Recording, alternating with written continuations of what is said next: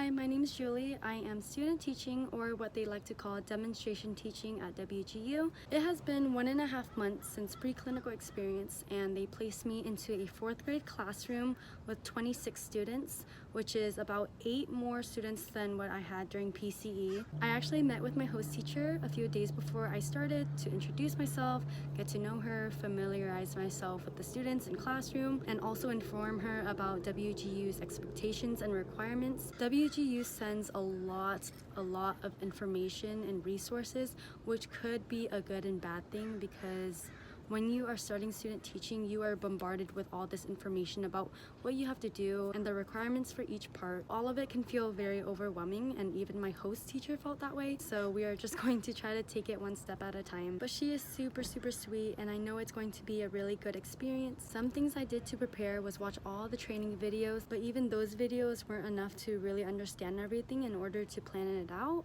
So I had to call the instructor practitioners, I had to join cohorts, and I still don't know everything.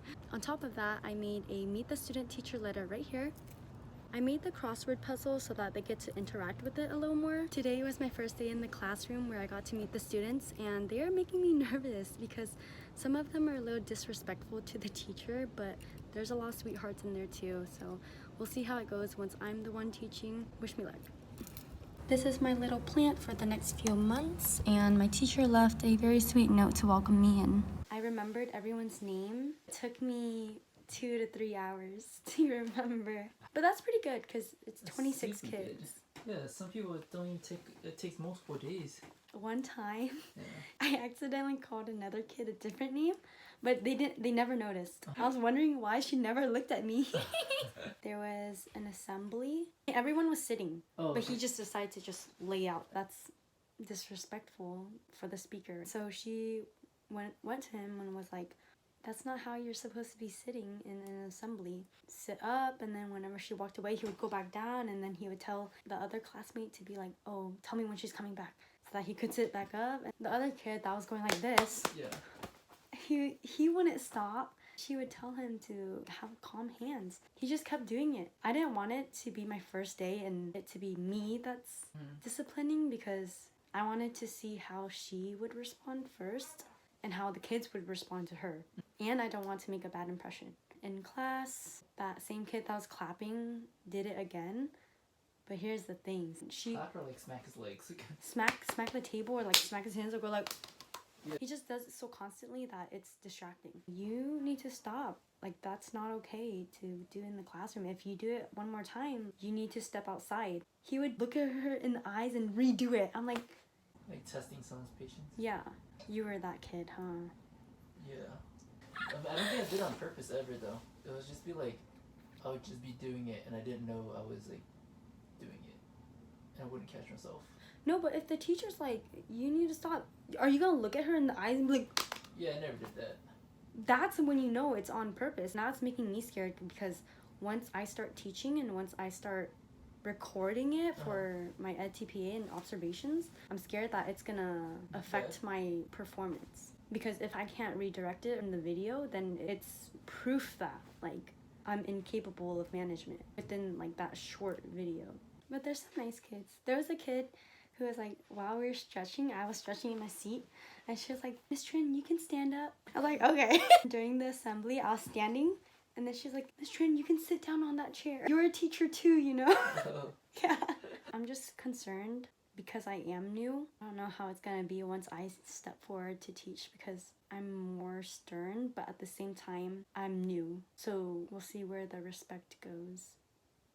I get here at 6:30 because that's when my host teacher gets here. She's such a hard worker, and it's so nice to see how much time she puts out to help me. Last night, even after she went home, she was spending time to look up resources to help me out with my observations in EdTPA. She found supports for the standards, rubrics for writing, and she's just going above and beyond. These kids are so sweet. 2 of them gave me notes this morning saying that they were happy to have me here, and one of them said, "If you want to be a teacher when you're older, I think you will make a great one."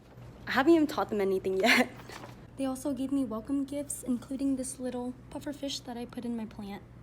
Today was a better day for the students. They didn't take as long to settle in like they did yesterday. It was still a push and pull with the 2 students that just refused to do work, but in general, the rest of the class is really good on participation, so that eases my nerves for the observations. I'm trying my best to build rapport with them during fun times, like dancing with them during Go Noodle and playing PE games with them. Today I ran the track and they were really surprised that I kept passing everyone. One of the kids that we have a tough time with inside the classroom invited me to play basketball with him. After PE, my teacher had to talk to a student. It was my first time transitioning them back into the classroom. I had to remind them of the hallway rules. I gave them directions to come in quietly, immediately go to their seats. I told them I was okay with them whispering while we waited for the teacher to come back, and they did exactly that.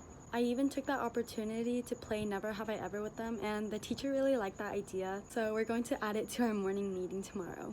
Oh my goodness, I had 4 hours of sleep. We had our first earthquake drill and these kids went bonkers. I had to use my stern voice for the first time because they weren't listening to announcements. They weren't listening to the teacher when she said to listen. Even after I said something, the volume went down a little bit, but they still weren't really listening. While we were outside though, I was talking to some of the kids who we have trouble with. The kid that's constantly making sounds in class was wearing a Bowser shirt, so I brought that up. The conversation went on to talking about Super Mario games and the movie, and then we were talking about other movies. So I can see a relationship getting built. Now I'm just trying to learn how to translate that back into the classroom when it's time to work on academics. But on a good note, more snacks to get me through the day and another puffer fish. Where is it? Another puffer fish that I'll be adding into the pot. Ooh. So the kid that is always making noise with his hands, I finally got him to stop. I just told him that instead of making noise with his mouth, he can just squeeze his hands or press on the table for stimulation. That way it wouldn't make any noise, but he could still fidget. During the read aloud today, he made 0 sounds. Our school has a big garden, and look what the RSP teacher gave me. A bunch of chilies and some strawberry guavas too. This little guy needs some sunlight. I'm not sure if it's dying. Never been a plant person. My teacher is so nice, you guys. She got me a donut this morning. During morning meeting, the topic was, if you could write a book, what would it be about? And my answer got everyone really excited. So I'm going to use that idea as my opinion piece writing, since I know that they're so interested in it, and it'll be motivation for them to actually get it done while we're writing. It is the end of the day and I was checking on my plant and I feel so stupid. I put this note right here so that no one can touch it. But look, there is a ceiling blocking all of the sun.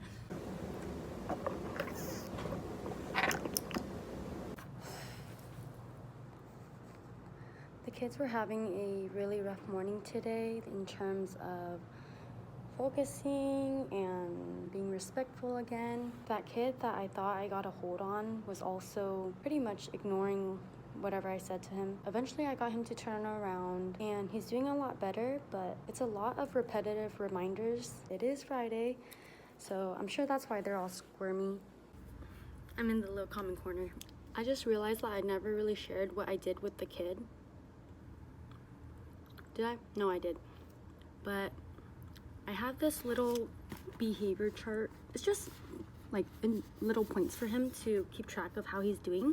And when I do give him a point, I tell him why I give him a point, and no reward, just self-reflection and seeing that he's growing or not.